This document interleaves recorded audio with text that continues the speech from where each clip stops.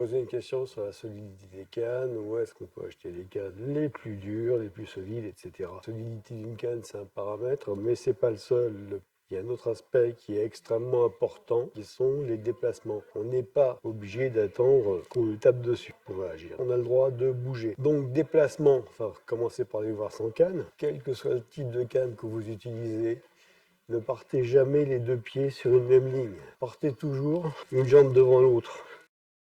Le fait d'être dans cette posture nous donne en fait une diagonale et l'idée ça va être de partir dans le sens de cette diagonale en poussant sur la jambe arrière et en soulevant la jambe avant.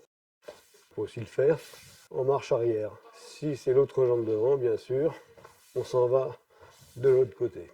C'est ce qu'on appelle les déplacements en triangle. Il y a aussi ce qu'on appelle les tai sabaki, la discipline japonaise. Ce sont des déplacements très très courts, mais ça peut être suffisant. Pareil de l'autre côté.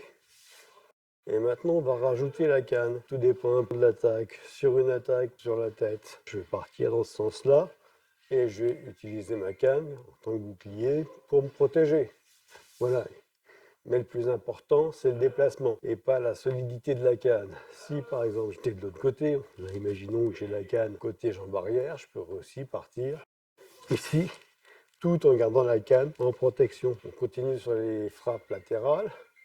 Si une frappe arrive de ce côté, on peut partir de ce côté. Il faut toujours se souvenir que l'adversaire a deux côtés. Un côté qui peut tenir une arme, un côté qui peut tenir une autre arme ou simplement venir frapper. C'est bien éviter la frappe, mais il faut aussi penser à se protéger de l'autre main ou de l'autre arme si nécessaire. Ça sera la même chose si j'ai les jambes placées dans l'autre sens. Ici, reculer.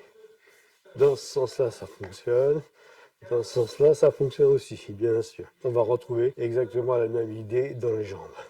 Ici, par exemple, là. Donc, la solidité, oui, mais c'est moins important que votre capacité à vous déplacer avec la canne et à pouvoir riposter. Une esquive, c'est aussi un armement. Donc, une fois que je suis là, par exemple, je peux très bien venir réagir.